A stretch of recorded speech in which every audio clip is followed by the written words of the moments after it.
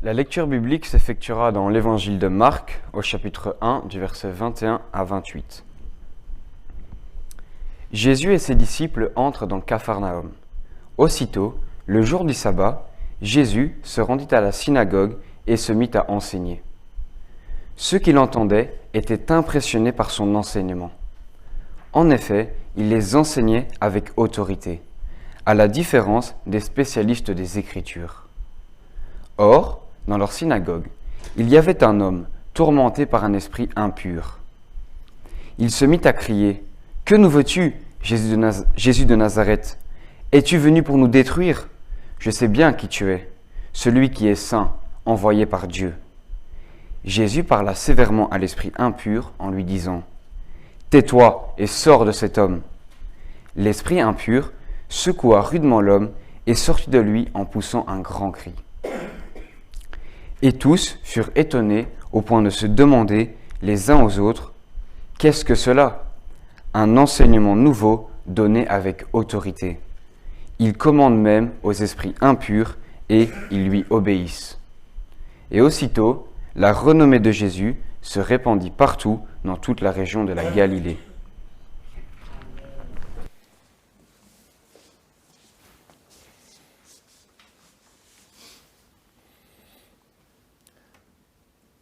Marcel a dans la trentaine.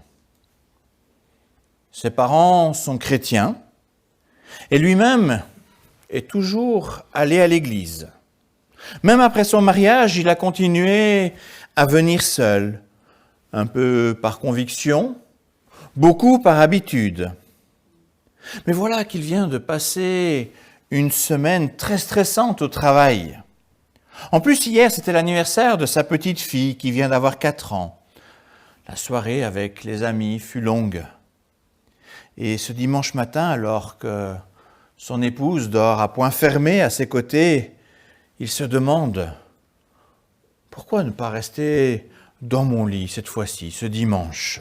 De toute façon, le pasteur raconte toujours la même chose.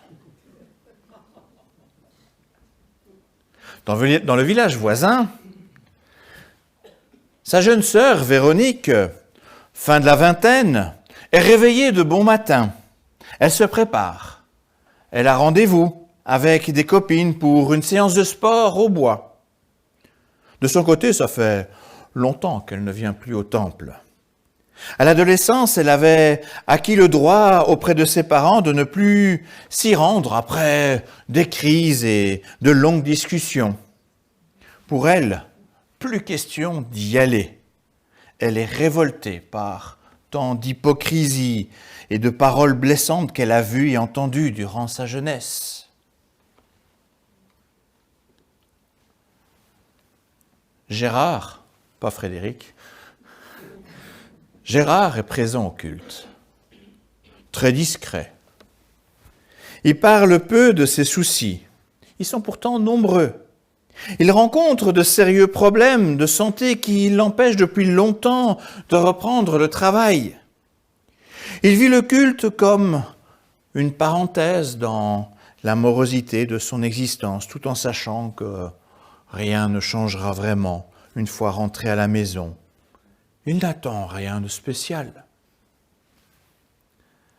Voilà 3 situations assez ordinaires, familières. 3 situations qui témoignent d'une certaine morosité perceptible autour de nous. Nous n'aurions pas difficile à remplacer les prénoms de Marcel, Véronique, Gérard par des prénoms de personnes que nous connaissons bien, ou peut-être même par notre propre nom. On voudrait bien que cela change, mais on ne sait pas trop comment. Il existe comme un faux contact dans notre vie de foi, dans notre communion avec Dieu. Imaginez le câble qui fait la communion et qui a des coupures tout le temps. Quelques moments où le courant passe, mais de nombreuses coupures ou interférences. Or, le texte que nous venons d'entendre dans l'évangile de Marc nous donne à réfléchir pour une juste réponse à ces trois situations et à toutes ces situations qui sont finalement assez similaires. L'histoire que Marc raconte se trouve au tout début de son évangile. C'est un jour de sabbat à Capernaum, un village sans prétention sur le bord septentrional de la mer de Galilée. Comme chaque sabbat, tous se rendent à la synagogue, c'est un peu l'église locale, pour écouter le rabbin local. Mais ce qu'il raconte ne semble pas soulever l'enthousiasme. Les membres ne se sentent pas particulièrement impliqués. Cela ne change pas grand-chose à la vie quotidienne. On a l'impression que ce rabbin est en décalage complet avec les réalités des gens. Pourtant, ce sabbat, 4 pêcheurs du coin qui se sont fait un nouvel ami venus de Nazareth, probablement installés à Capernaum depuis peu, viennent avec lui à la synagogue. C'est le jour du repos consacré au Seigneur. Ils laissent donc leur barque le temps d'une journée. Ces 4 pêcheurs, Simon, André, Jacques et Jean, avaient très certainement eu l'occasion de l'entendre et ils avaient été impressionnés par ces paroles. Et ce n'est peut-être pas étranger au fait qu'on offre la parole publique à Jésus. C'est ainsi que se nomme ce nouvel ami. Et comme à l'accoutumée, un passage de l'Écriture est lu et Jésus se met à enseigner toutes les personnes présentes. Étrangement, tous sont accrochés à ses lèvres. Ce qu'il dit est tellement différent de ce qui est prêché habituellement. Les Écritures sont anciennes, mais ce qu'il raconte est tellement vrai, tellement proche de la préoccupation. Cela change de ces théologiens, de ces rabbins théologiens qui discutent des détails, somme toute sans grand intérêt. Là, tous sont littéralement impressionnés par le contenu et la clarté de ce qu'enseigne Jésus. Pourtant, ce qu'il dit interroge, remue, remet en cause même les modes de vie des uns et des autres. Il n'a pas peur de dire des choses qui bousculent. Mais ce qu'il dit sonne tellement juste que personne ne conteste l'autorité avec laquelle il parle à la foule. Mais qui est donc ce Jésus qui semble si bien connaître les Écritures et qui ne craint pas à les expliquer autrement, qui apporte un éclairage neuf, qui, quelque part, redonne du sens? Certains disent qu'il est charpentier. Comment se fait-il donc qu'il en sache autant? En tout cas, aujourd'hui, cela valait la peine de venir à la synagogue. Personne n'a l'impression d'avoir perdu son temps. Dommage que ce n'est pas ainsi chaque sabbat. Certainement que cela ferait une différence dans cette communauté. Tous viendraient avec bien plus d'enthousiasme, plus que par habitude.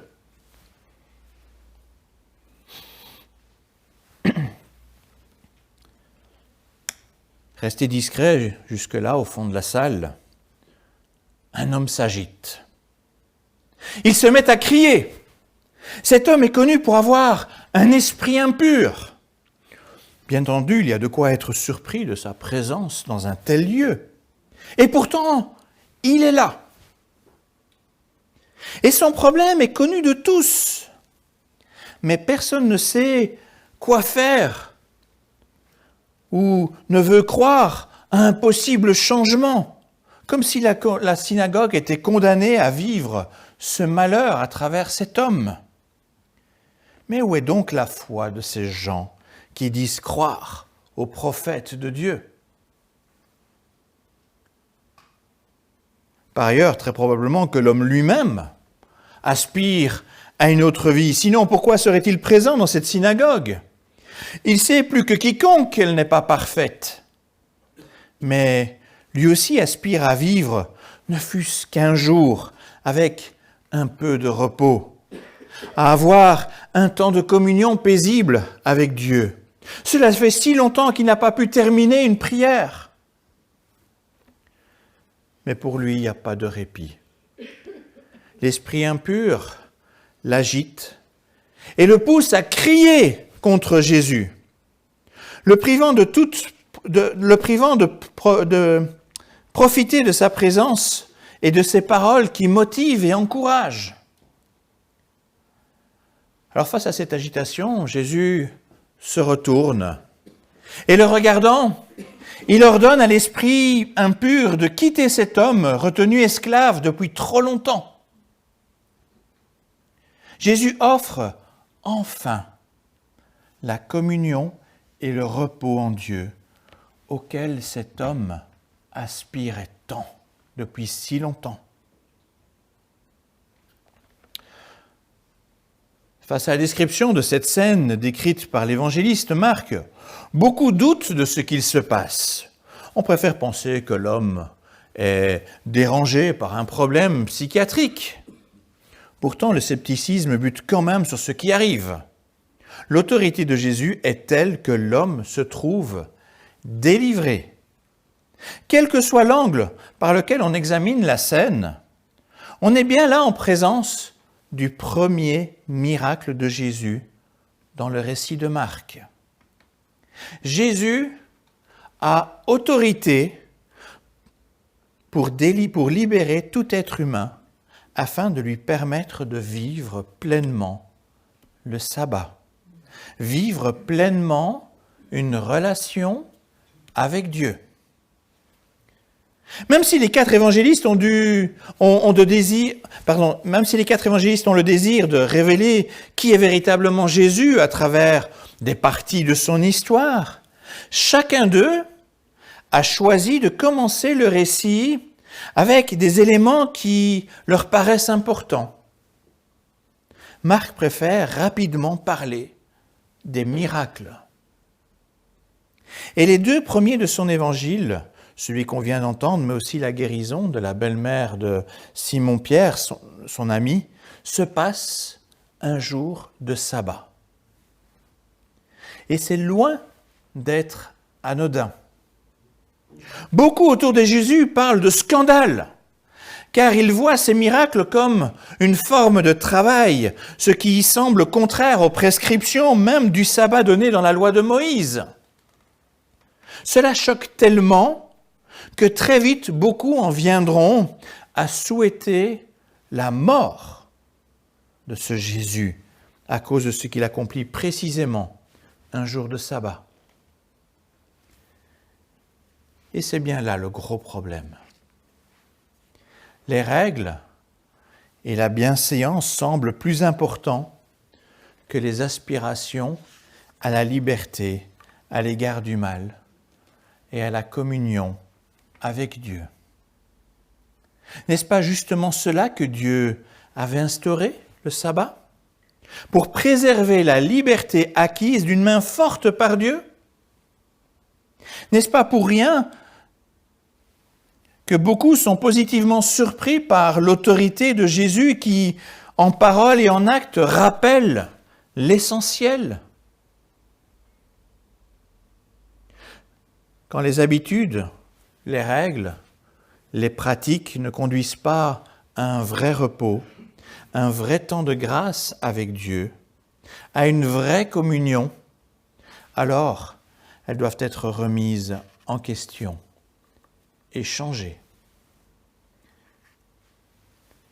Les règles sur le sabbat n'ont aucun sens si elles n'apportent pas une vraie liberté, une vraie joie, un vrai plaisir d'être en communion avec Dieu et avec les autres, et avec soi-même aussi. Dès le début de son ministère, Jésus montre quel sabbat il désire pour celles et ceux qui sont autour de lui. Des chaînes brisées, une communion retrouvée et un véritable repos pour l'être tout entier. Aujourd'hui, le dimanche remplace le sabbat en rappel du jour de la résurrection du Christ, ce jour où il a brisé même les chaînes de la mort qui veut retenir l'humanité dans ses crocs. Bien entendu que cette résurrection est un miracle, mais n'est-ce pas cette autorité que Jésus a attestée déjà dans cette personne dès la délivrance dans la synagogue de Capernaum? Plus que jamais, Jésus désire que tous puissent goûter un vrai repos. C'est pourquoi il n'est pas resté silencieux et qu'il a permis que plusieurs écrivains mettent par écrit, chacun à sa manière, son enseignement dans les différents évangiles. Autour de nous, beaucoup de philosophes, de sages et même des théologiens tentent plus ou moins habilement d'apaiser les tensions engendrées par tant de questionnements au fond de nous-mêmes. Pourquoi une foule blasée? Pourquoi un homme possédé? Pourquoi une femme malade? Pourquoi?